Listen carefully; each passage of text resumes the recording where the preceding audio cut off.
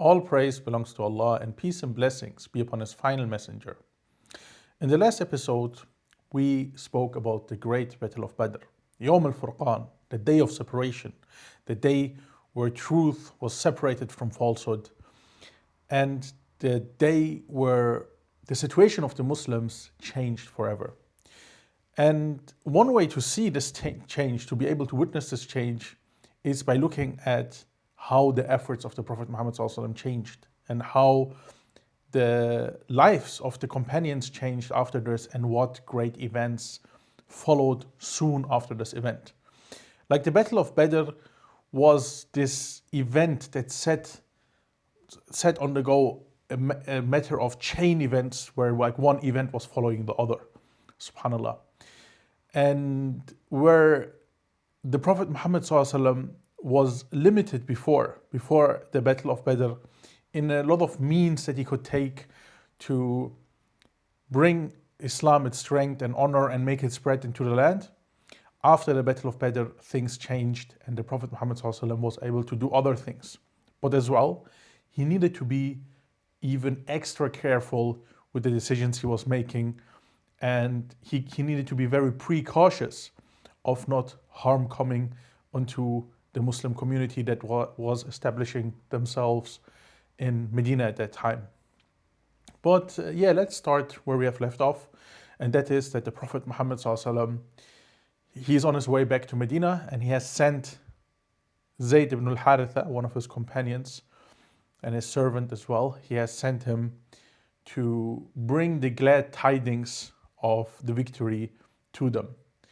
And subhanAllah, the Prophet Muhammad ﷺ gave Zayd his own horse when he sent him forward to Medina to bring the glad tidings. And as well, it said that the idolaters, they sent someone while they were fleeing back to Mecca, someone to bring the tidings, to the horrible tidings to the people of Mecca.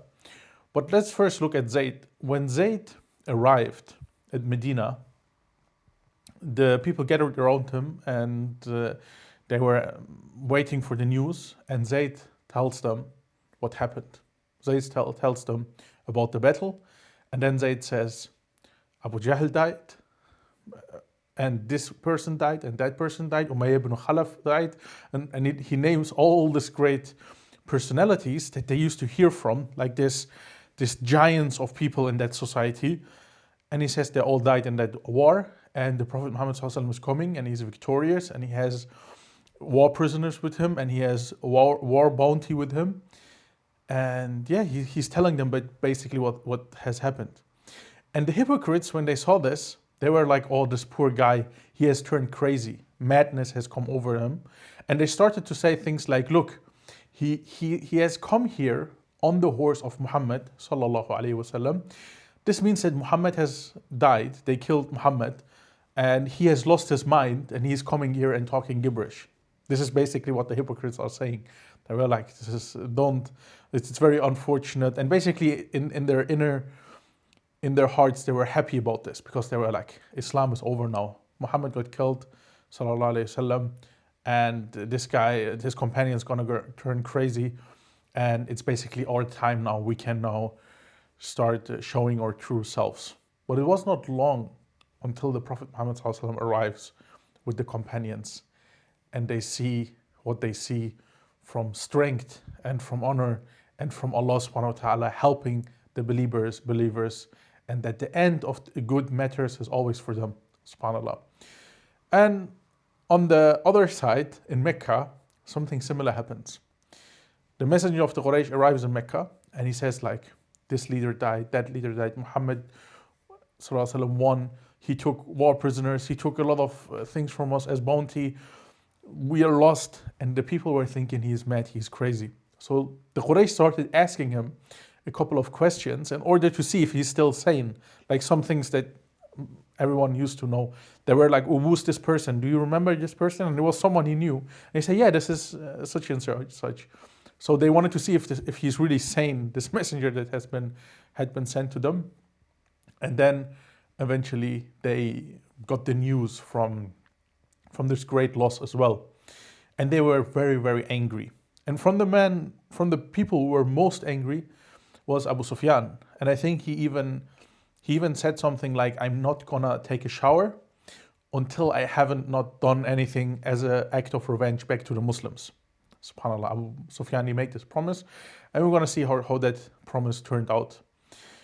But yeah, the Prophet Muhammad ﷺ, he arrives at Medina, and although he had this very good news, he had some sad news to face as well. And the bad and sad news were that his companion Uthman radiallahu anh, who had stayed back to take care of his wife, Ruqayya, who was at the same time the daughter of the Prophet Muhammad ﷺ, informed him that his noble daughter Ruqayya radiallahu anha had passed away. SubhanAllah, she had passed away from sickness. She was sick before the Battle of Badr, and this was the reason Uthman could not join the Muslims in the Battle of Badr. The Prophet Muhammad ﷺ gave him the permission to stay back, and when he returned, he had to be faced with the sad news of his daughter passing away. SubhanAllah. And the Prophet Muhammad ﷺ, after this, he had no time, SubhanAllah, to either celebrate victory or to mourn his lost family, SubhanAllah. Because now, like we said, it was like a chain of events like got into movement that needed to be done, like that someone needed to be after them.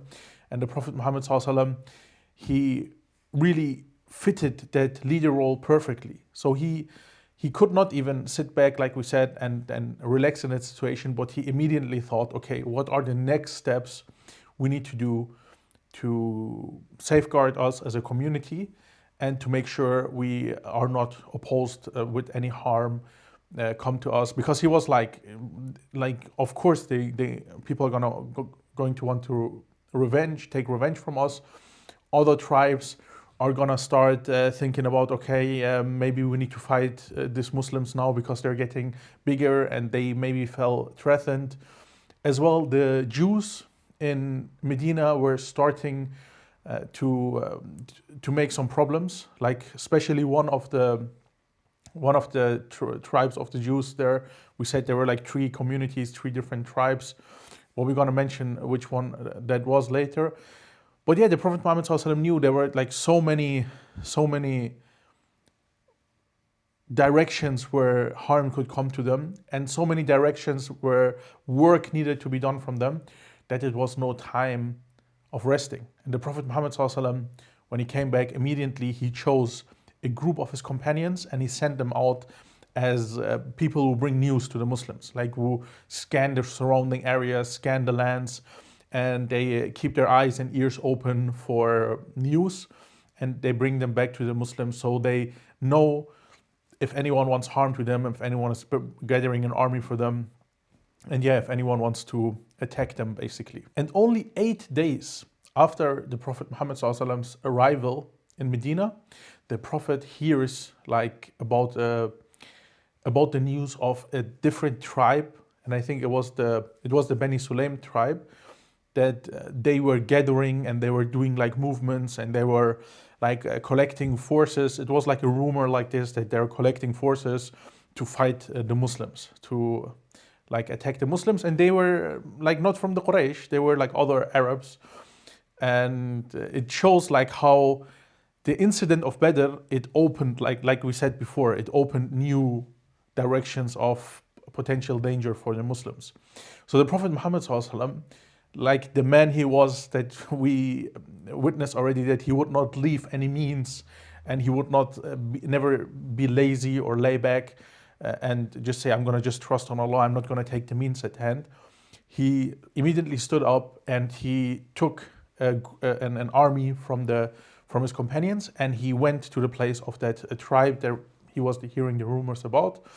And it is said that when the Prophet Muhammad ﷺ came, they were preparing something, but when they noticed the Muslims already having had witnessed this, what they were trying to do, and then that the Muslims were so quick to be present there, they basically gave up and they scattered around and they they flew away from that place, subhanAllah, and then the Prophet Muhammad ﷺ returned to Medina again. As well, what happened during that time is that Abu Sufyan, who still was on disbelief and still was under the view that I'm not going to take a shower until I'm going to do an act of revenge to the Muslims, he gathered a small group of horsemen, and they went to Medina, and they were welcomed by some of the Jews from one of these Jewish tribes, and they were like hiding in some of their places.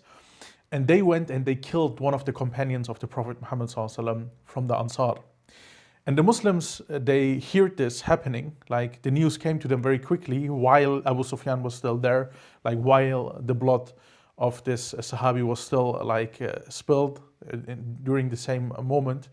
And the Prophet Muhammad ﷺ immediately took some of his companions and they chased after Abu Sufyan and the group of Qurayshis with them.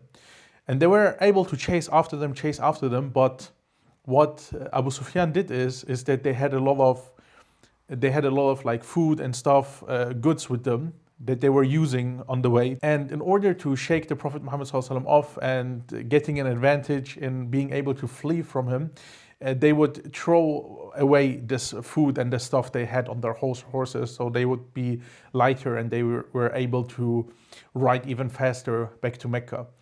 And the Prophet Muhammad ﷺ and his companions, they were not able to take revenge from Abu Sufyan and this group on that day. They were not able to chase them down, but they were able to collect a lot of the stuff that they had thrown away, so they could gain some speed basically and running away, subhanAllah. And during the same time, and you have to know that we are still in the second year of the migration, subhanAllah, something else happened, and that is that the Jews from one of these Jewish tribes, Banu Qaynaqa, they started making trouble.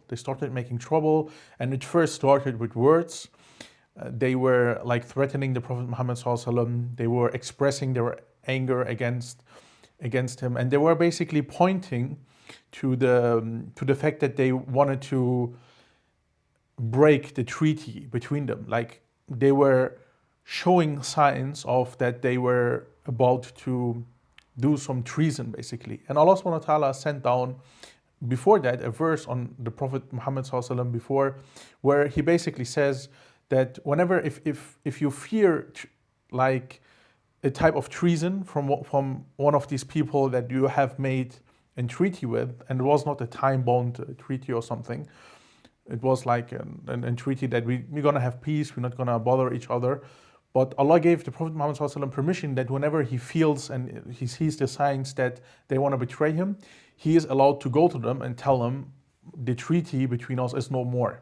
Like the Prophet Muhammad ﷺ was not allowed to just bypass that treaty and break it and being untrustworthy thus. No, this was not the way of the Prophet Muhammad ﷺ, nor the way that Allah subhanahu wa ta'ala ordered him to follow. But Allah subhanahu wa ta'ala gave him already permission to, like whenever he observed his signs, that he goes and says, we had a treaty, I'm seeing signs from you that you are not honoring this treaty anymore, so we basically dissolved this treaty from existing now, and anything can happen now basically. And they were the ones who initiated this. There were like multiple incidents. It started with words. It said in the books of Seerah that they used to say things like, "Oh Muhammad sallallahu alaihi wasallam, don't be amazed of what you did at Badr. You just fought a kind of Arabs that didn't know how to fight. We know how to fight. And when we get into a war with you, you will see what we will do with you and your people." Like things like that. It was not just some kind of words that you could interpret in different ways, but it was straightforwardly telling them, get ready, the day is going to come where we will come from you. And of course, you cannot uphold a peace treaty with people who are talking in a way like this with you. And then it is mentioned, some other narrations, that things used to happen, like they abused a Muslim woman in the market, subhanallah, and then they got into a fight with one of the companions of the Prophet Muhammad ﷺ. One of the Jews got killed, one of the Muslims got killed because what they initiated. And there's like other narrations. And although not all the narrations are high in their authenticity in this manner, the amount of narrations that are there showed that things like that happened. Like there is a good amount of narrations that even may differ in their details, but they show that it is authentic to say that they were basically breaking this treaty and showing enmity towards the Muslims after they had agreed to peace. And this eventually became so much that it led the Prophet Muhammad ﷺ to take action against them. And the Prophet Muhammad ﷺ, he collected an army from his companions and he laid a siege on them in their homes, basically, in their compound where they were located at in Medina. And the Prophet Muhammad ﷺ, he had the intention to fight these people. He had this group of Jews, and there were still these other groups of Jews that were still in the peace treaty with the Prophet Muhammad ﷺ. This clearly shows us as well that the Prophet Muhammad ﷺ was not attacking them just to the fact that they're Jews, like some people would like to picture this, a'udhu billah, but it was because he was experiencing enmity from them. Otherwise, why is he leaving this other two Jewish tribes alone? Because they never showed this enmity, subhanallah, and they never did the same things these group of Jews did. So it was not about them being Jews and the Prophet Muhammad ﷺ being anti-Semitic, like some people want to make, and what ridiculous claim that is, but it was because of the action that these group of Jews they did against the Muslims. But yeah, the Prophet Muhammad ﷺ, he besieged them, and the plan was that he would even go in and fight against their soldiers and yeah, basically take that place over, because they broke the treaty and they were a danger for the peaceful community of Medina now. They were a danger for the peace of Medina, and there was no resting anymore for the Muslims in Medina that wanted to uphold the peace, with them being there and trying to fight the Muslims and threatening the Muslims and engaging into battle with the Muslims. But the reason why the Prophet Muhammad ﷺ did not fight them and he stopped the siege after 15 days is because the head of the hypocrites, Abdullah ibn Ubay, came to the Prophet Muhammad ﷺ asking him to leave them alone. And he was like, "Oh Prophet," and he went to him and he grabbed his clothes and he said, "Leave them up to me, let's exile them from here, don't attack them, don't fight them anymore, please, O Prophet." And subhanallah, he was plotting with them against the Prophet Muhammad ﷺ, but at the same time he was showing himself as a Muslim. He was acting as if he is a Muslim while he's plotting with these people, and this is why it was a difficult situation basically. And at the end, the Prophet Muhammad ﷺ agreed to leave them alone, with the condition that they're gonna leave the area. They're gonna leave the area and they're gonna be exiled to somewhere else where they needed to rebuild their society. And it is said that they went in the direction of Syria, Asham, and that they lived there, and over the time their society broke apart, subhanallah, after that, over the history basically. And yeah, during that same time, still in the second year of the migration, a lot of other things happened as well. A lot of things that some of them we can mention here. I don't know if you mentioned that the zakah became obligatory, the fasting became obligatory. It was during that time. We mentioned that the daughter of the Prophet Muhammad ﷺ passed away, that was married to Uthman radiallahu anhu. As well, Uthman radiallahu anhu, after this incident, he got married again to one of the other daughters of the Prophet Muhammad ﷺ, and it was Kulthum. As well, this time was when another daughter of the Prophet Muhammad ﷺ got married, and that was Fatima. She got married to Ali radiallahu anhu. And yeah, there were a lot of this, we see a lot of things in this short amount of time, subhanallah.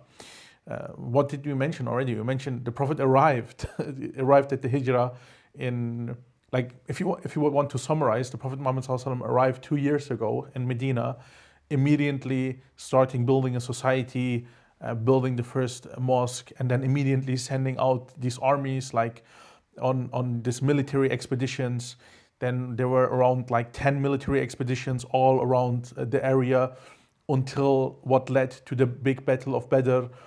And then after the battle of Badr, the Prophet ﷺ had immediately another couple military expeditions. Like all this is happening in a matter of 2 years.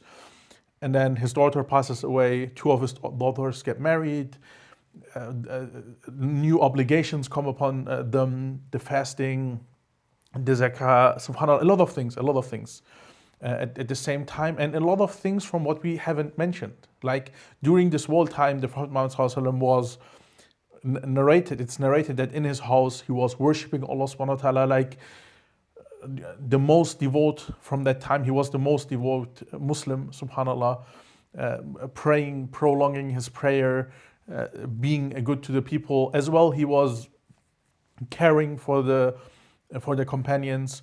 If a newborn was born, he was going and seeing that newborn, or they would bring the newborn to the Prophet Muhammad ﷺ to bless the newborn. If there was a marriage of his companions, he would inform himself and talk with them about it, and maybe participate in the marriage ceremony. Like a lot of things were happening. He was there for his family, there for his companions, was there as a military leader, as someone who was supervising the society, as someone who is supervising the area and sending these people who bring news to him, and he's thinking about the news, thinking about which news are worth acting upon, which are worth waiting, which are, subhanAllah, so many things at once. And then you had the problem with the Jews unfolding in Medina, and the siege, 15-day siege, and dealing with the hypocrites. We see that the Prophet Muhammad ﷺ's life, basically from now on, and even before, subhanAllah, but before, the means of him acting weren't that many. Like this is the difference maybe between the Meccan and the Medina period. Because in Mecca, the Prophet ﷺ did as well everything he could do. Like every season of pilgrimage, he went to the Kaaba, called the people to Allah. He went to Ta'if to call the people to Allah. He prayed, he sent his companions to Abyssinia to help them escape the persecution and torture they were facing. He did everything he could, but in Medina now, being a leader and having a military under him and having companions under him, and having a society under him, he had much more responsibility, and he had a lot of more means that he could act upon.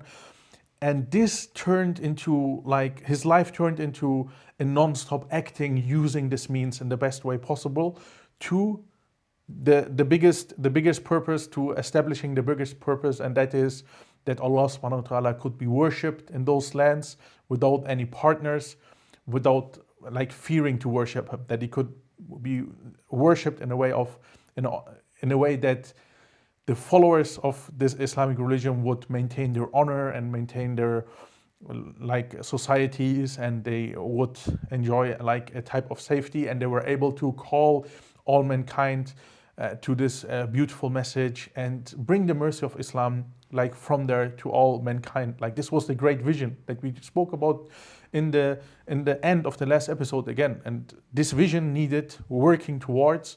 And this is why the Prophet Muhammad ﷺ now, until his death, we see that he was non-stop working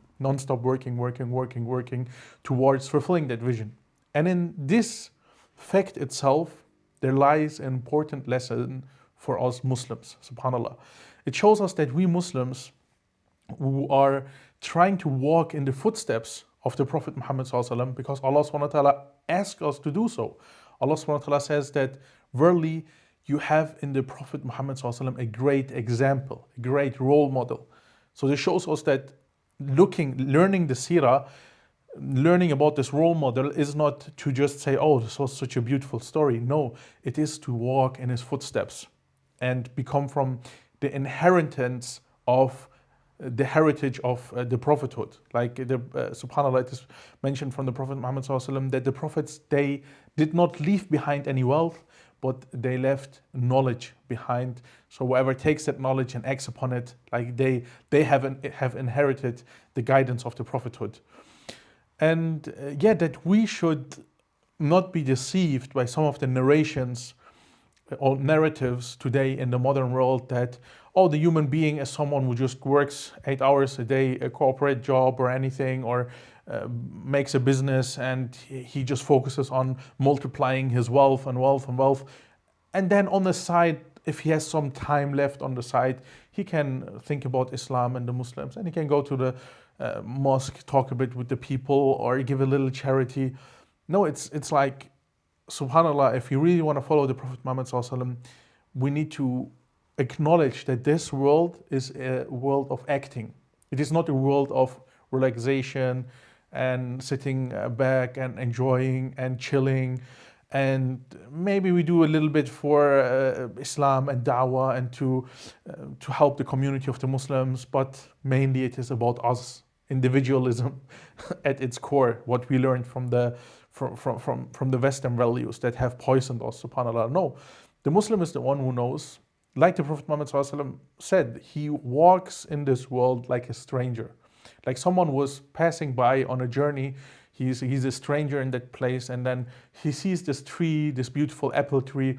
He takes an apple, he eats from the apple to give him some strength to continue his journey, and then he walks. This is how the Muslim is, and he acts like, this is how you live by this meaning, is by knowing, yes, we need to take rest when we need the rest, but in the bigger picture, we need to be in a constant movement of not wasting this limited time we have here, so we can arrive to our final destination that we're working towards.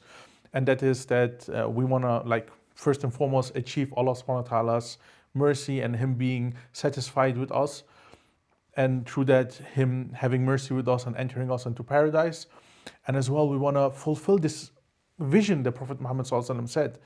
Like that he said that there's going to be peace in the world, that that Allah subhanahu wa ta'ala's word can be heard and listened to, and that people can receive the mercy of Islam, that the mercy of Islam can be spread to the whole mankind. This is the vision that, subhanAllah, we need to help to fulfill. The Prophet Muhammad ﷺ passed away, and Islam had not reached the majority of the world yet. But still, he insisted that vision into his companions, and in a way that it was passed down over generations, that we need to all come together and work towards this vision. And this is what Allah subhanahu wa ta'ala wants from us as Muslims, to show the world the beauty and the light of Islam. May Allah subhanahu wa ta'ala make this easy for us. But yeah, maybe to wrap this episode up, we need to mention what is happening right now during this time that we were talking about, where the Prophet Muhammad ﷺ is acting. It's still the second year of the migration. Like, what is happening in terms of Mecca and the idolaters, and what is expecting us in the next episode.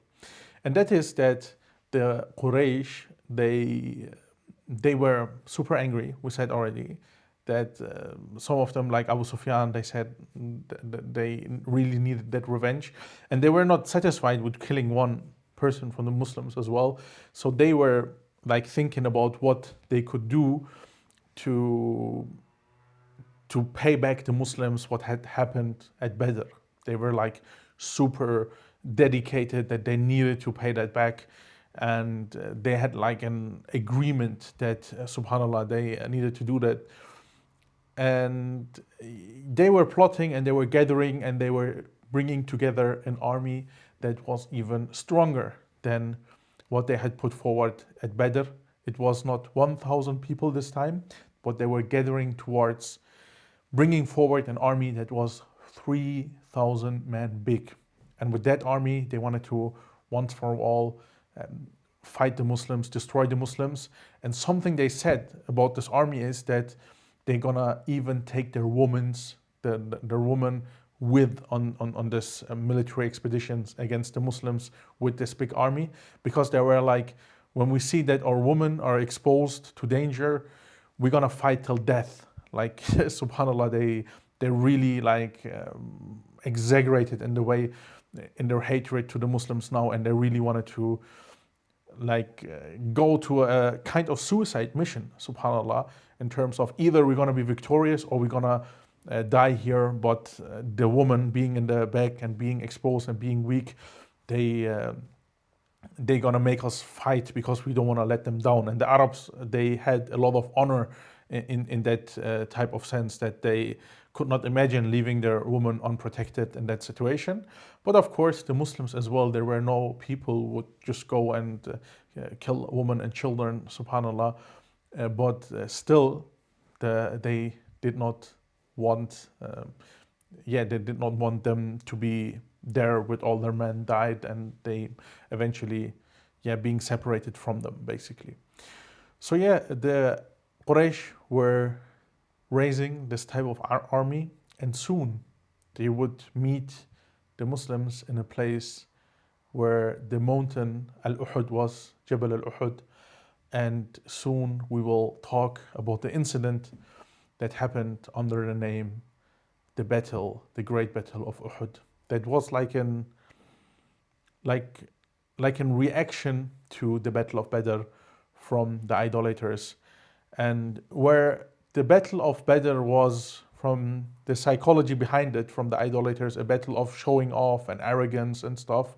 The battle of Uhud was a battle of serious warfare now. No more arrogance.